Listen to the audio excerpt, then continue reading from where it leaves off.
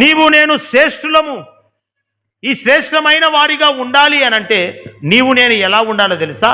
కంపు జీవితాన్ని వదిలేసుకోవాలి. కంపు జీవితాన్ని వదిలేసుకోవాలా. ఆ కంపు స్థితిగతులను వదిలేసుకోవాలా. పాపము నుంచి విడుదల పొందుకోవాలా. శాపము నుంచి విడుదల పొందుకోవాలా. ఈడ వినడము, అక్కడ పోయి పాపం చేయడం, ఈడ వినడము, అక్కడ పోయి నీ ఇష్టానుసారంగా బ్రతకడం, ఇవన్నీ వదిలేసుకోవాలా. ఎప్పుడైతే నువ్వు వదిలేసుకుంటావో నిన్ను, నీ ఇంటి వారిని దేవుడు ఏం చేస్తాడంటే పోషిస్తాడు. ఆమేన్. హల్లెలూయా, హల్లెలూయా, హల్లెలూయా. ఎక్కడైతే పవిత్రంగా ఉంటుందో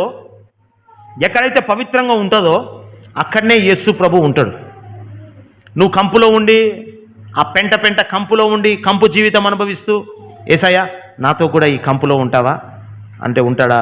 నువ్వు పవిత్రంగా ఉండాలని ప్రభు కోరుకుంటూ ఉన్నాడు. నువ్వు శ్రేష్టమైన వాడిగా ఉండాలని ప్రభు కోరుకుంటున్నాడు.